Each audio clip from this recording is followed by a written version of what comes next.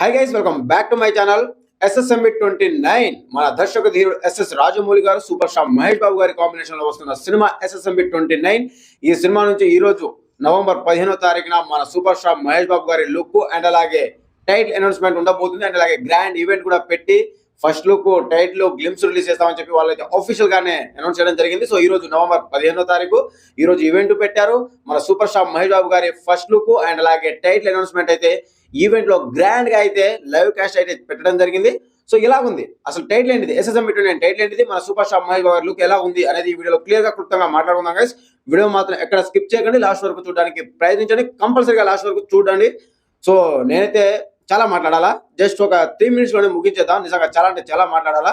So video మాత్రం skip చేయకండి, దయచేసి స్కిప్ చేయకండి. ఎవరేమనుకున్నా సరే నాకు అనిపించింది నేను చెప్తున్నాను. సో లాస్ట్ వరకు చూడడానికి కంపల్సరీగా ప్రయత్నించండి.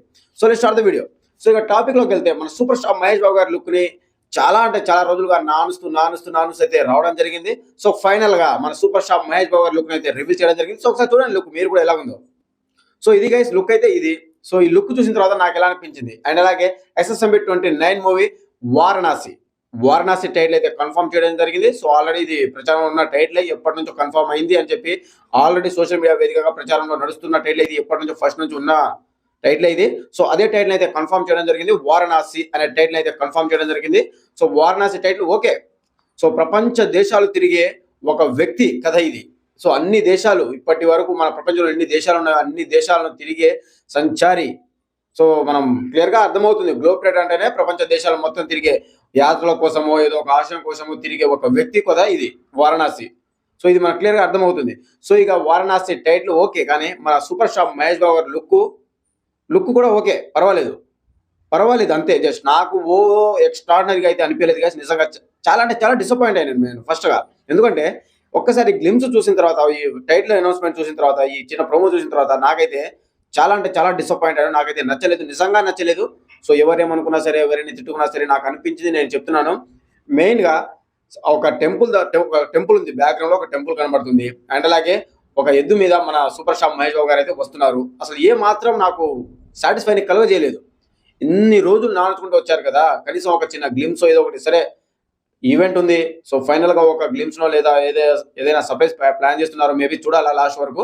సో ఈవెంట్ లో అయితే ఇదైతే టెలికాస్ట్ చేయడం జరిగింది. ఈ వారణాసి టైటిల్ ఓకే, మన సూపర్ స్టార్ మహేష్ బాబు గారి లుక్ ఓకే, కానీ నాకు ఆ లుక్ సాటిస్ఫైన్ అయితే ఇవ్వలేదు అబ్బా. లుక్ అంటే ఆ చిన్న ప్రోమో ఏదైతే ఉందో, ఆ ఎద్దు మీద మన సూపర్ స్టార్ మహేష్ బాబు గారు ఉండడం అండ్ అలాగే చేతిలో సులాన్ని పట్టుకోవడం నాకు అంతగా నచ్చలేదు. సో ఇదైతే ఫ్యాక్ట్, నాకు అంతగా అనిపించలేదు, ఏమీ అనిపించలేదు.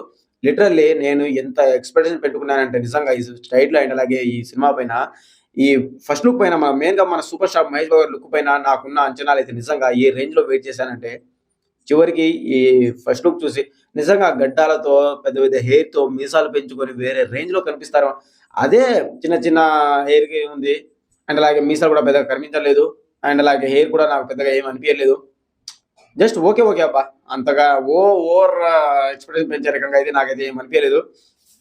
సో మన ఎస్ఎస్ రాజమౌళి గారిని తక్కువ అంచనా వేయడానికి లేదే, కానీ నాకెందుకో అంత అనిపించలేదు నిజంగా. నేనైతే చాలా డిసప్పాయింట్ అయ్యాను మెయిన్గా first of all. So overall గా నాకు అనిపించింది ఇది గైస్. సో మీకు ఎలా అనిపించిందో కూడా కామెంట్ చేయండి, కంపల్సరీగా కామెంట్ చేయడం మాత్రం మర్చిపోకండి. నేనైతే డిసప్పాయింట్ అయ్యాను, ఇదైతే ఫ్యాక్ట్ అబ్బా.